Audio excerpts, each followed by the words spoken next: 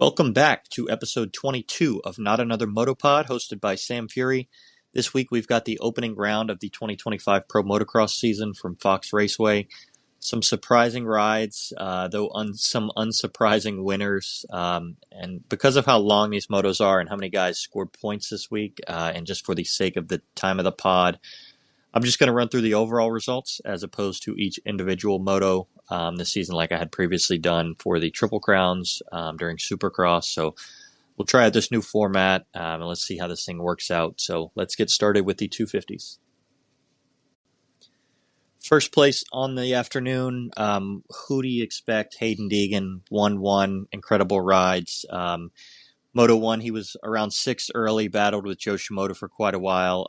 He was sending it, but he definitely looked like the fastest guy, despite actually being 6 seconds behind Hymas early. He was moving forward quickly. I eventually caught Juju for the lead after Hymas did go down. He kind of set sail from there and won by 6 seconds after having it up to 10 seconds for a while there. Moto 2, another win. Deegan was third off the start, but kind of looked pretty feisty. We kind of knew we were in for a repeat of Moto 2. He wasn't going to let Juju or Tom get away. They were in front of him early, but Deegan was just pushing, really strong to get around Tom. Eventually passed Juju with about 13 and a half minutes left in the same section of the track as he did in Moto 1, and then just disappeared and kept a 5-second gap on Joe Shimoda. I mean, Deegan looked like the Deegan that we know, as an outdoor racer. So really, really, really excited to see if he can keep this up this season. We know he's going to have, a tough title defense with how deep this class is, but he is truthfully, far and away the best guy. So we look forward to seeing that. Second place, maybe a surprise here. Joe Shimoda went 2-2 on the afternoon. Moto 1, he started fourth and then battled with Deegan for quite a while. He did stay aggressive and move forward the entire race, something we really maybe haven't seen from Joe lately, especially there towards the end of Supercross. He eventually got by Juju for third and then by Hymas for second place. Moto 2, Shimoda, he got another fourth place start. It looked like he might have something for Deegan there for a while. He was on Deegan's tail all the way around the track and really didn't want to let him get away, but unfortunately got stuck behind Vial for a bit and kind of lost some time. And by the time he got around Tom, I think Deegan had a 3.5 second lead and kind of had just pushed. He was trying to push Deegan again, but it just wasn't there. Truthfully, this was one of Joe's best career rides. I know he's won motos and won overalls, but Joe looked like a completely different rider out there. As I said earlier, especially from what we saw at the end of the Supercross season. Third place, Tom Vial. Vial went 4-3 on the afternoon. Moto 1, he started ninth and kind of just moved forward all race. Battle with Juju late for fourth. Moto 2, he had a much better start and looked good in second for a while and eventually got passed by Deegan and Joe, but he stayed close with them and made a pass on Juju for third in the overall podium, I think with about 10 minutes left. This was just kind of a vintage Tom Vial ride, to go 4-3 on the afternoon and put himself on the podium yet again. This is absolutely what he's known for. Really good way for Tom Vial to start the season. Fourth place was Chance Hymas. 3-6 on the afternoon. Moto 1, Hymas had a really good start and then quickly jumped into the lead past Ty Masterpool. He led for about 15 minutes and then tipped over. Just easy little tip over in a rut and lost the lead. He stayed in the hunt. He was in third there and then eventually got Juju for second. And then he got hounded by Joe Shimoda and just kind of went back to third and held on there for the podium. Moto 2, not the same story. Terrible start. I think he was like 13th or so. He was the fastest on the track at times, but was only able to get up to 6th with how rough his start was and how good the guys ahead of him were. Again, just mentioning how deep this field is. It's going to be very hard for anybody really to make that many passes to get up front, but especially a guy like Chance Hymas, who does not have that ton of experience lately. So we'll see if Hymas can kind of build into one of those guys. I think somebody like maybe Deegan could start back there and find his way to the front. We've seen him do it before, but Hymas is not just quite on that level yet, so we'll see what happens there. Fifth place, Juju Beaumer, 5-4 in the afternoon. Juju looked really fast early in Moto 1, had a good start, and briefly took the lead, as I mentioned, when Hymas tipped over there. He did get passed by Deegan and then continued to get hounded by Hymas and Shimoda, and then eventually Tom Vial. So he actually, Marchbanks was on him at the end there late too. He did hold on for fifth, but kind of a rough finish after being up front so early. And then Moto 2, he had another good start, and he did lead for 16 plus minutes. He really looked comfy up front. He did eventually get passed again by Deegan, as I mentioned, in the same spot as in Moto 1. Joe got him there pretty quickly after, and then Vial was right on their tail to get him. So Juju, unfortunate way to finish 5-4 after looking so fast all afternoon. I really think he can be up there, and maybe be a guy this year. Fifth place was his best ever overall finish. So we'll see what Juju has for us this year. Sixth place, Garrett Marchbanks. He went 6-5 on the afternoon. Moto 1, he moved forward the entire moto and fought for fifth late again, but just couldn't get by Juju. Moto 2, he moved in a fifth early and just kind of kept the pressure on, but really didn't go anywhere, and hung on for fifth place. Seventh place, Seth Hamaker. He went 8-7 on the afternoon. Moto 1, Hamaker started around fifth and just kind of looked stuck. Eventually, he tipped over. I think he was being pressured by Masterpool and Vial. A similar tip over to Hymas, maybe just kind of overrode the rut and just tipped over, but eventually went back to eighth where he'd end up finishing. Moto 2, he had a fifth place start again, and just went back to seventh. Just really not the day I expected from Seth Hamaker. I think Seth can win a race this season, so we'll see. 8-7, not promising at the first round, but we know Paula is not like many of the other tracks. Eighth place, Michael Mosman, really the surprise of the afternoon, in my opinion. He went 11-8. Moto 1, he was really impressive. He just kind of hung out around 10th. Eventually did finish 11th. Moto 2, again, no real TV time, but really just an impressive day for Mosman. I think he hung out around the 8-9 range all day in that second moto there, but good ride for him. Ninth place, Max Voland, 12-10 on the afternoon. Really didn't see much from Max on TV, but he was definitely around that range all day. 10th place, Ty Masterpool, 7-15. Kind of a weirdo ride there in Moto 2 for Masterpool. I can imagine he was tired. In Moto 1, he looked fast and did briefly have the lead. And then he just went backwards. I mean, I don't know. I don't know what happened there. Moto 2, he started around 8th, and again, he either just went backwards again, or he must have gone down maybe. He wasn't really on TV much in the second moto. Again, going back to 15th after an 8th place start. 11th place, Drew Adams, went 9-14 on the afternoon. Solid riding for Drew Adams. We expect him to only get better. 12th place, Casey Cochran, 14-11. And I'll mention 13th as well, Ryder D, 17-9. These two kind of similar riders to me. It looked like they were kind of hanging around each other. In Moto 1, Cochran looked better than Ryder D, but both went backwards. I wonder, if either of them went down or what happened there. Didn't get to see it. Moto 2, Ryder D was riding up front in 7th early. He got passed by Hymas and Mosman. So Cochran went 14-11, Ryder D 17-9, finishing 12th and 13th. So again, look to see who finishes, above the other more often than not.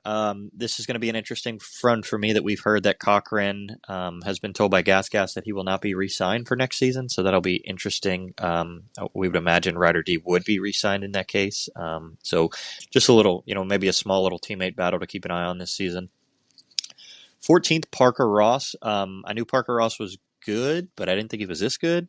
He's also off the Honda and onto a Bar-X Yamaha. He went 16-12 in the afternoons. It's really good riding for Parker Ross. Can see if he can keep this up throughout the year.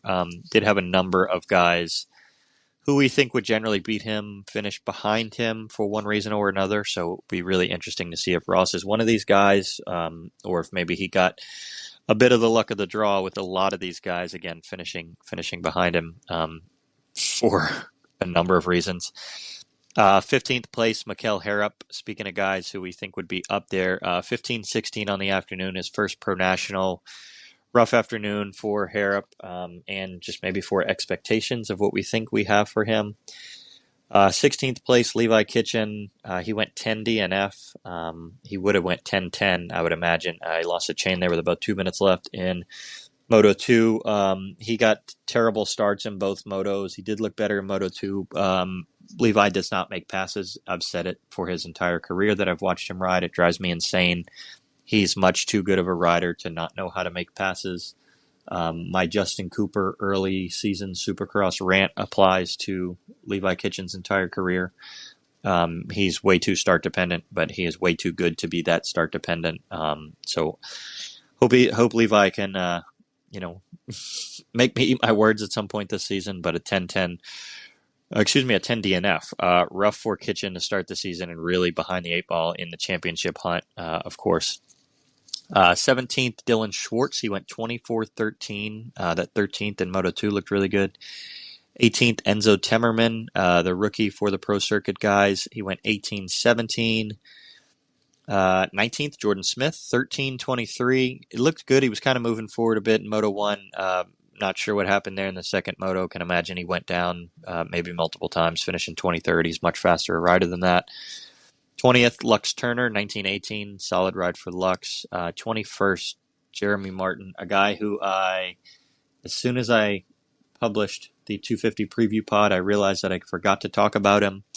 He went 20-20 on the afternoon. Maybe it's fine that I didn't talk about him. We know this is a 3-race deal. Maybe if it doesn't go well after 3 races or keeps going like this, he may just call it. There is the anticipation that he could continue this ride for the entire season with the Star Racing Yamaha 250, but 2020 is a rough way to go for J Mart here. Definitely think he can be better than that. Going to continue down to all the guys that scored points this weekend, so we'll go down to 24th here. 22nd, Alex Fedorstov. He's riding for the Club MX team. We saw him in the Supercross SMX Next, Supercross Futures, whatever they call it now, 22-19 on the afternoon. 23, CJ Bernard, 34-21. We saw him make a main at the end of the Supercross season. And 24th, Avery Long, 21-29. Good riding for him. The 0 points club for the week. Austin Faulkner went DNF 22. That 22's got to hurt after the DNF very early in Moto 1. We know he did get stitches, but he was fine. Nate Thrasher went 32 DNS. He went down pretty early in the first Moto as well. And Styles Robertson, 39 DNS. I mean, Styles, this is a terrible way to come back into the season for him. Really rough. And just hope that we see something from Styles Robertson moving forward. I'm not sure what happened. I don't know if he is hurt, but I can imagine finishing 39th after DNFing so early, knowing that Faulkner was the one who finished 40th, and this was 5 minutes into the race. Styles could not have been much further behind him, so a 39 DNS on the afternoon. The current points as they go for the 250 class, Deegan is up to 50 after going 1-1. Joe Shimoda has 44. He's 6 back of Deegan after the 2-2, and Tom Bial is now 12 down after the 4-3 afternoon. Jumping over to the 450 class, and just like Deegan in the 250s, what did we expect other than Jet Lawrence going 1-1 on the day? Unbelievable ride. Moto 1, Jet got the whole shot and just ran away for an easy 10-second win. We've seen him do this a number of times. When he does get that start, he's almost untouchable, especially when the guys that are up front behind him can't really run that pace. In Moto 2, of course, we saw a hellacious battle with Eli. Second place off the start, he got around Hunter quick, and it just kind of got on the move. He was setting sail while some of the other guys battled behind him. Tomac did get around Hunter with about 26 minutes to go and started to chase him.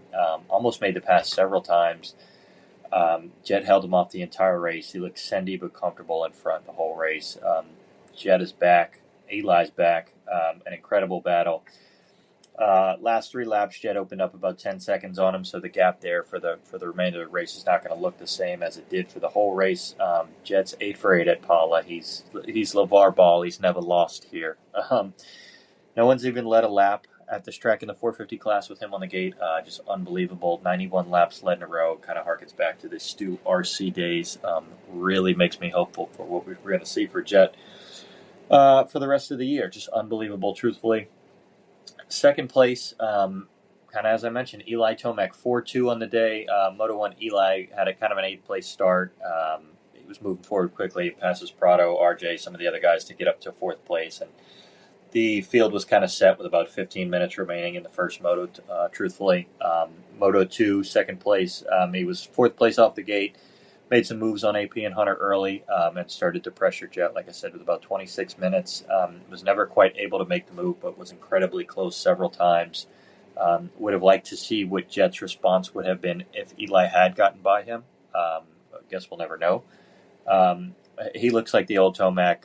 This looked just like the Supercross battle between these two earlier this year, just kind of in reverse position. We saw Tomac hold off Jet for the whole race. Earlier this year, I believe it, maybe San Diego, the second race of the year. Again, they battled for 26 minutes plus 2 laps. Jet really kind of broke it at the end, but it's just unbelievable. Really excited to see what these guys have for the rest of the year.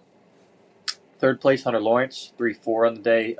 Hunter is back to his old ways. Hunter has still never finished lower than 4th in a 450 moto and overall, I believe. That's unbelievable.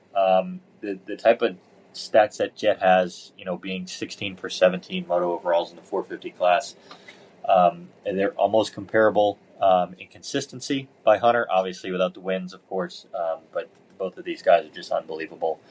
And it's really fun to watch them ride. Moto 1, Hunter almost got into Jet on the start and then quickly kind of went back to 4th, but he was still battling with the top 3 guys. He got by Chase early after Chase had to ditch his goggles, and then he held off Tomac late to hold on to 3rd in that first moto. Second moto, he had a humongous hole shot. It was awesome, though he did quickly get pressure from Jet and AP and Eli. Probably not 3 guys you want to see behind you when leading a race. Eli got by Hunter early. Hunter battled with Plessinger for the entire race, held him off until literally probably halfway through the last lap where he made one mistake, went off the track, and AP was able to get him. So unfortunate to pull that in for 4th there. He could have had a 3-3 on the day relatively easily. But again, Hunter's consistency remains one of his strong suits. 4th place is Aaron Plessinger. He went 5-3 on the day. Moto 1, he was nowhere to be found in the early laps. I think he was around 12-13, truthfully, but just not even close to the front of the pack. Found his way in 9th and then slowly moved his way forward into 5th. Good ride there. Moto 2, he had a much better start. Made a pass on Hunter early, and then Hunter got him back. And then they just had this battle for the entire race. And again, Hunter made that mistake, and AP got by him to give AP 3rd place. 5th place overall, Justin Cooper went 2-8 on the day. Moto 1, he looked really fast on the start and got around Hunter quickly, and just kind of rode around in 2nd for the entire race. He kept Jet pretty honest, but we know how Jet likes to ride, just kind of hold this 2-3 second lead. We saw that for most of the race, and then Jet did finish by, I think it was roughly 10 seconds again, similar to Moto 2, but it was a methodic ride, by both of these guys. Really good to see Jay Coop up there. Career best 2nd place moto finish in the 450 class.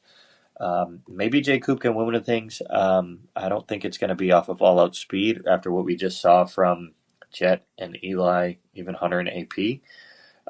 But Jay Coop rode really well in the first moto. Second moto, he had a rough start. He was around 8th, and he kind of just struggled. He hung out around 8th the whole race. I just said it about Levi Kitchen in the 250s, and I used the Justin Cooper Supercross example. Justin Cooper is not someone who's great at making passes. We saw that get better towards the end of Supercross, and then he was starting up front more often, so he didn't really have to make those passes. So look to see that. This is a really deep field. We have gotten all the depth back that we lost in Supercross, so hope to see more often the seconds from Justin Cooper as opposed to those 8s. 6th place on the day, Jorge Prado went 7-6. Moto 1, he started 6th, got passed by Tomac, and just kind of hung out in 7th. Moto 2, another tough start. He got into 6th early, eventually found his way into 5th, and then Anderson got by him late. So not a bad first week for Jorge Prado again. Not really. Maybe Paula's not the great first track for these guys coming over from Europe. So we'll see what Prado has later in the year. Obviously, he's getting used to a new bike and things outdoors and coming back from injury his own. So not a bad start for Jorge Prado, all things considered. 7th place, Jason Anderson, went 9-5 on the day. First moto, he had a bad start. and rode his way into the top 10. Second moto, he had a much better start. I think he started around fifth. Rode around there for the whole race, dropped back to seventh at one point, but did find his way back past Webb and Prado. Eighth place, Joey Savacci. He went 8:10 on the day. Joey had a top 10 start in Moto 1 and hung on for 8th. Moto 2, not as good of a start. Kind of found himself around that 11-10 range early in the race where he ended up finishing. Ninth place, RJ Hampshire, 6:12 on the day. RJ had a fifth place start in Moto 1, was riding pretty well early, did lose a spot to Tomac, but a strong sixth place finish. In Moto 2, he dropped back relatively early, so I'm wondering if he went down or if he had maybe another issue, but he did drop back to 12th. 10th place, Benoit Pacharel, new guy coming in the class from MXGP as well, 11:9 on the day, riding on the Heb Suzuki. Benoit had a solid ride. He raced with Guillaume all race.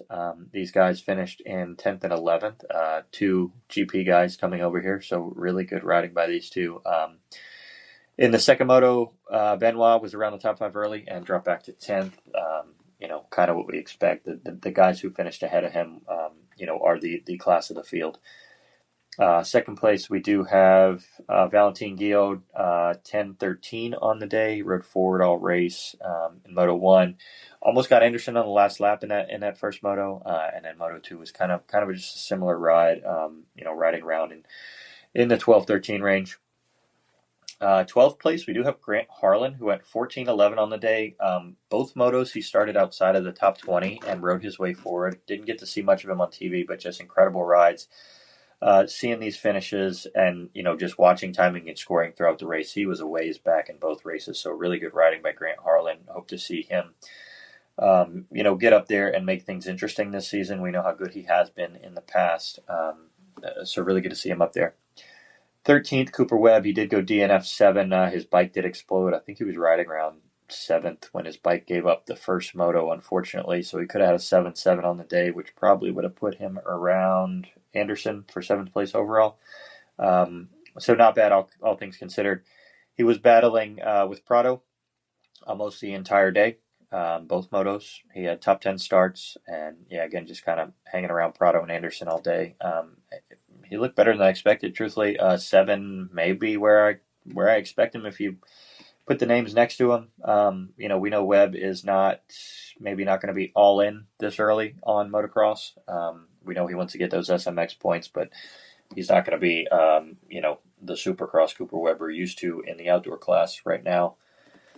Let's see. 14th, Derek Drake. Really good riding by Derek Drake. 17-14, didn't get to see much of him. 15th was Malcolm Stewart, a 12:35. We did, of course, see Mookie go down in the second moto, on TV, so that explains the 35 there. 16th, Colt Nichols had a 13 DNF. Had an issue. He posted about it on social. Bike was all torn up. 17th, Mason Simmons, 18-18.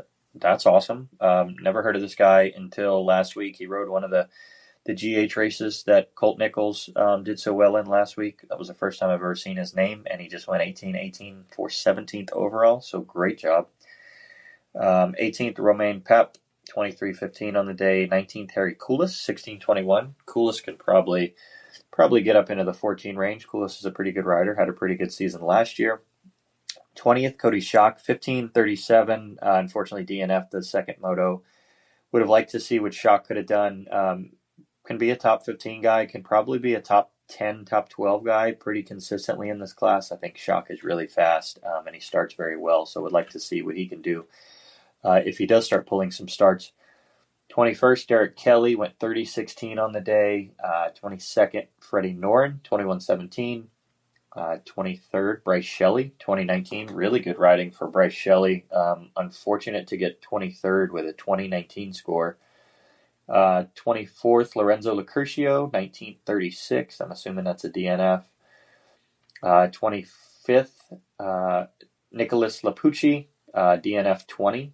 Good riding there. And then the last person to score points, 26th place on the day, Brad West, going 25-22. Just like the 250 class, we've got our 0 points club for the day. Mitchell Harrison going 38-34. I'm going to assume that's a DNF. And obviously, Chase Sexton, very unfortunately, first moto, he had a great start. He made a quick pass on Hunter Lawrence and looked really fast. I don't know that he could have gotten to Jet, but he definitely could have made a pass on Justin Cooper and made things interesting. He definitely looked fast. He unfortunately had to take his goggles off 2 minutes into the race. We still haven't really gotten down to what actually happened. There's a few theories of, I think maybe he said a rock hit the lens or something, and they were saying on the broadcast maybe dirt. Who knows?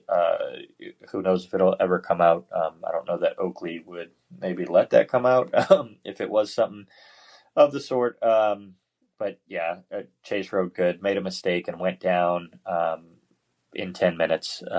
It's unfortunate. Hope he is good for next week. Would be a really big blow to see him kind of just disappear from this championship.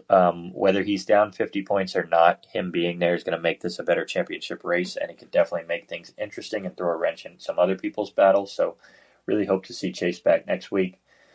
As far as the points go, Jet, just like Deegan, has big old 50. Eli Tomac has 40, so he's 10 back. And Hunter Lawrence with 38 points, so 12 behind, would have been tied for second, I think. Yeah, I think they would have been tied on points had he not lost the spot to AP late in that race. I think a 3-3 would be 40 points as well. Someone correct my math if I'm wrong there. So could be really interesting, and really excited to see that these top three guys, as well as maybe Chase, I hope, and Prado are all back and battling. So that's all I've got for this week. As always, if you want to follow us on Twitter, X, Instagram, YouTube, Spotify at Not Another Moto Pod. Thank you.